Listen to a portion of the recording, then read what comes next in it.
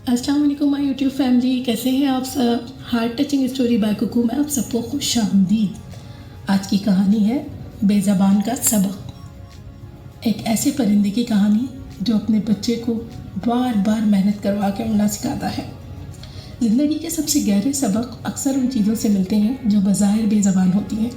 ये कहानी एक ऐसे परिंदे की है और एक ऐसे इंसान के दरमियान है और एक ऐसी दास्तान का सबक देती है जो हमें सिखाती है मोहब्बत की असल शक्ल कभी कठोर भी हो सकती है, क्योंकि कभी कभी हिम्मत दिलाना नहीं बल्कि हिम्मत आजमाना होता है।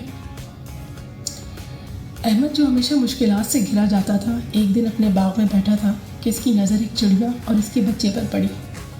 माँ चिड़िया अपने बच्चे को उड़ना सिखा रही थी। बच्चा बार बार गिरता मगर माँ उसे उठाती नहीं थी।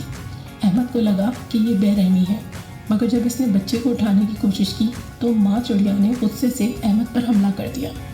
अगले दिन अहमद ने देखा कि बच्चा परिंदा एक तेज़ हवा के झोंके में लड़खड़ा कर गिरने लगा है। माँ ने उसे उठाने की बजाय अपने परों से रास्ता दिखाया। आखिरकार बच्चा संभल गया और हवा में तैरने लगा। ये मंजर देखकर अहमद को अपनी ज़िंदगी के वो लम्हात याद आए जब इसके वालिदैन ने उसे गिरने दिया था ताकि वो संभलना सीखे। कुछ दिन बाद अहमद के दफ्तर में एक नौजवान मुलाजिम से गलती हुई। सब डांटने लगे, मगर अहमद ने कहा, गलतियाँ तजर्बे की कुंजी हैं।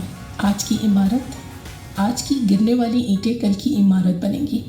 जानते हैं प्यारे दोस्तों, ज़िंदगी हमें हर रोज़ ये सबक देती है, गिरना उड़ान का पहला कदम है। माँ चिड़िया ने अपने बच्चे को गिरने दिया ताकि वो आज़ादी की परवाज़ सीखे। इसी तरह हर इंसान की कामयाबी के पीछे इसके गिरने और उठने के बेशुमार लम्हात होते हैं। सवाल ये नहीं कि हम कितनी बार गिरे, बल्कि ये है कि हमने हर बार उठना सीखा और कैसे उठना सीखा।